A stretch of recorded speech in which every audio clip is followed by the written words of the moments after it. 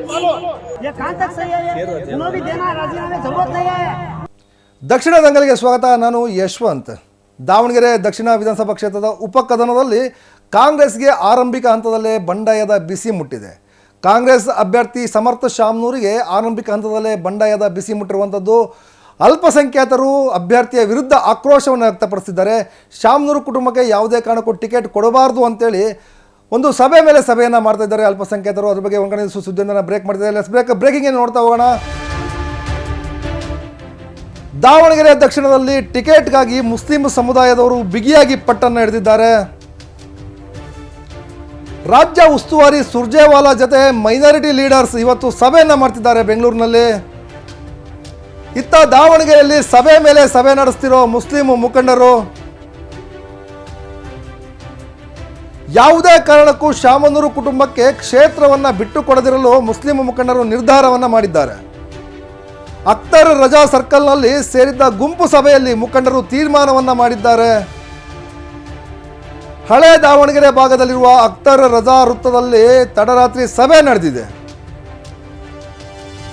ನಿನ್ನೆ ತಡರಾತ್ರಿ ಟಿಕೆಟ್ ವಿಚಾರಕ್ಕೆ ಮುಸ್ಲಿಂ ಮುಖಂಡರು ಯುವಕರು ತಡರಾತ್ರಿ ಸಭೆಯನ್ನ ಮಾಡಿದ್ದಾರೆ. ಮುಸ್ಲಿಮರಿಗೆ ಟಿಕೆಟ್ ಕೈ ತಪ್ಪಿದರೆ ಕಾಂಗ್ರೆಸ್ ಅನ್ನ ಸೋಲಿಸಲು ಮುಸ್ಲಿಂ ಮುಖಂಡರು ಯುವಕರು ತೀರ್ಮಾನವನ್ನು ಮಾಡಿದ್ದಾರೆ.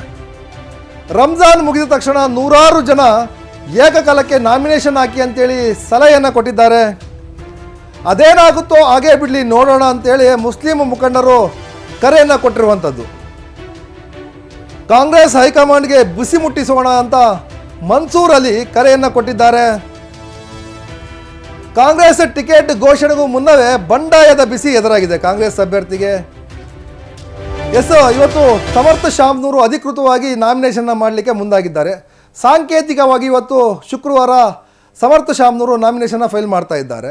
ಅದರ ಬೆನ್ನಲ್ಲೇ ಮುಸ್ಲಿಂ ಮುಖಂಡರು ಸಭೆ ಮೇಲೆ ಸಭೆಯನ್ನು ಮಾಡ್ತಾ ಇದ್ದಾರೆ. ಸಭೆ ಮೇಲೆ ಸಭೆಯನ್ನು ಮಾಡಿ ಯಾವ ರೀತಿಯಾಗಿ ಇವರಿಗೆ ಟಾಂಗನ್ನು ಕೊಡಬೇಕು ಅಂತೇಳಿ ಒಂದು ಪ್ಲಾನನ್ನು ಮಾಡ್ತಾ ಇದ್ದಾರೆ. ಇವತ್ತು ಬೆಂಗಳೂರಲ್ಲಿ ಸುರ್ಜೇವಾಲಾ ನೇತೃತ್ವದಲ್ಲಿ ಒಂದು ಸಭೆ ನಡೀತಾ ಇದೆ. ಆ ಸಭೆಯಲ್ಲಿ ಮೈನಾರಿಟಿ ಲೀಡರ್ಸ್ಗಳು ಕೂಡ ಭಾಗಿಯಾಗ್ತಾರೆ. ಮೈನಾರಿಟಿ ಲೀಡರ್ಸ್ ಭಾಗಿಯಾಗಿ ಅಲ್ಪಸಂಖ್ಯಾತರಿಗೆ ಟಿಕೆಟ್ ಯಾಕೆ ಕೊಡಬೇಕಿತ್ತು ಅನ್ನೋ ಒಂದು ವರದಿಯನ್ನು ಸುರ್ಜೇವಾಲಾ ಮುಂದೆ ಇಡುವ ಸಾಧ್ಯತೆ ಬಹುತೇಕ ಇರುವಂಥದ್ದು. ಅದ್ರ ಜೊತೆಗೆ ದಾವಣಗೆರೆಯಲ್ಲಿ ಅಲ್ಪಸಂಖ್ಯಾತ ಸಮಾಜದ ಮುಖಂಡರು ಮತ್ತು ಯುವಕರು ತಡರಾತ್ರಿ ನಡೆದಂಥ ಸಭೆಯ ಹೈಲೈಟ್ ಅಂದರೆ ಅಲ್ಲಿ ಏನಾರ ಎಚ್ಚರಿಕೆಯನ್ನು ಕೊಟ್ಟಿದ್ದಾರೆ, ಏನಾರ ಕೊಟ್ಟಿದ್ದಾರೆ ಅಂತ ಒಂದು ವಿಡಿಯೋವನ್ನು ಪ್ಲೇ ಮಾಡ್ತೀವಿ. ಆ ವಿಡಿಯೋನ ನೋಡಿ ನಂತರ ನಾನು ಅದನ್ನು ಎಕ್ಸ್ಪ್ಲೇನನ್ನು ಮಾಡ್ತಾ ಹೋಗ್ತೀನಿ.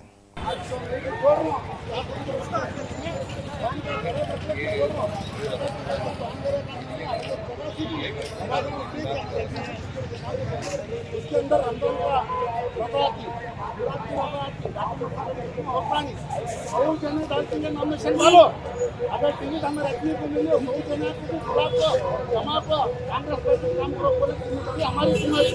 अगर नहीं मिला फिर हमें जगह बैठने को क्या बातचीत करना करेंगे इंशाल्लाह। 7 साल के पहले 8 साल के पहले हमारे कितने कारपेंटर कितने सुझाव दिए वहाँ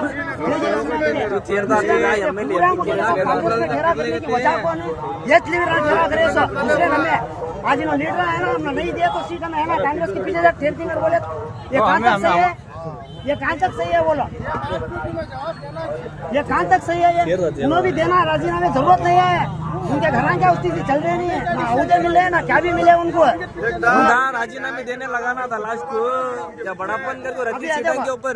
अब ये लास्ट को है ना मंसूर भाई को, अब मंसूर भाई को बदनाम करे सका नमे का। अब मंसूर भाई को इतना बड़ा इनकलाब ले गई, अब सभा बड़ी कौन भी इनके पीछे नहीं आया तो अब ये इतने बड़े शाहजहां करे ना, कौन झगड़ा अब करे नहीं आप लगा कभी नो कहा नहीं। ये अच्छी बात है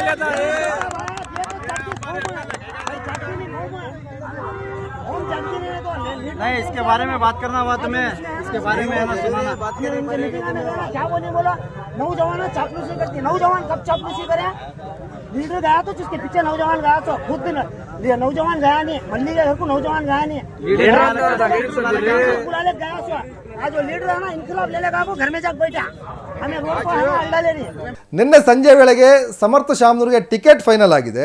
ಅವರ ಹೆಸರನ್ನು ನಾಳೆ ಘೋಷಣೆ ಮಾಡ್ತೀವಿ ಅಂತೇಳಿ ಯಾವಾಗ ಗೊತ್ತಾಯಿತೋ ಆ ವಿಚಾರ ಗೊತ್ತಾದ ತಕ್ಷಣ ಅಬ್ದುಲ್ ಜಬ್ಬಾರ್ ಟೀಮ್ ಏನಿದ್ದಾರೆ, ಜೊತೆಗೆ ಅಲ್ಲಿಯ ಅಲ್ಪಸಂಖ್ಯಾತರ ಆಕಾಂಕ್ಷಿಗಳೇನಿದ್ರು ಅವರ ಎಲ್ಲ ಬೆಂಬಲಿಗರು ಕೂಡ ನಿನ್ನೆ ಸಭೆಯನ್ನು ಮಾಡಿದ್ದಾರೆ.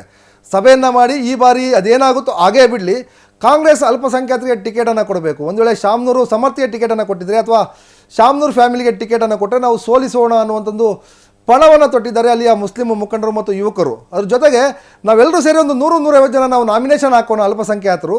ಅದಾದ ಬಳಿಕ ಹೈಕಮಾಂಡ್ ನಮ್ಮನ್ನು ಕರೆಯುತ್ತೆ, ಮಾತುಕತೆಗೆ ಕರೆದ ಸಂದರ್ಭದಲ್ಲಿ ನಮ್ಮ ಬೇಡಿಕೆಯನ್ನು ಇಡೋಣ ಅನ್ನೋ ಮಟ್ಟಿಗೆ ಅಲ್ಲಿಯ ಮುಖಂಡರು ಕೂಡ ಚರ್ಚೆಯನ್ನು ಮಾಡಿರುವಂಥದ್ದು. ಅಂದರೆ ಆರಂಭಿಕ ಹಂತದಲ್ಲೇ ಕಾಂಗ್ರೆಸ್ಗೆ ಬಂಡಾಯದ ಬಿಸಿ ಮುಟ್ಟಿರುವಂಥದ್ದು. ಒಂದು ವೇಳೆ ಸಮರ್ಥ ಶಾಮನೂರು ಸ್ಪರ್ಧೆ ಖಚಿತವಾದರೆ, ಈಗ ಆಲ್ರೆಡಿ ಖಚಿತವಾಗಿದೆ, ಆದರೆ ಅದನ್ನು ಹೈಕಮಾಂಡ್ ಅಧಿಕೃತವಾಗಿ ಅವರ ಹೆಸರನ್ನು ಘೋಷಣೆ ಮಾಡಬೇಕಾಗಿದೆ.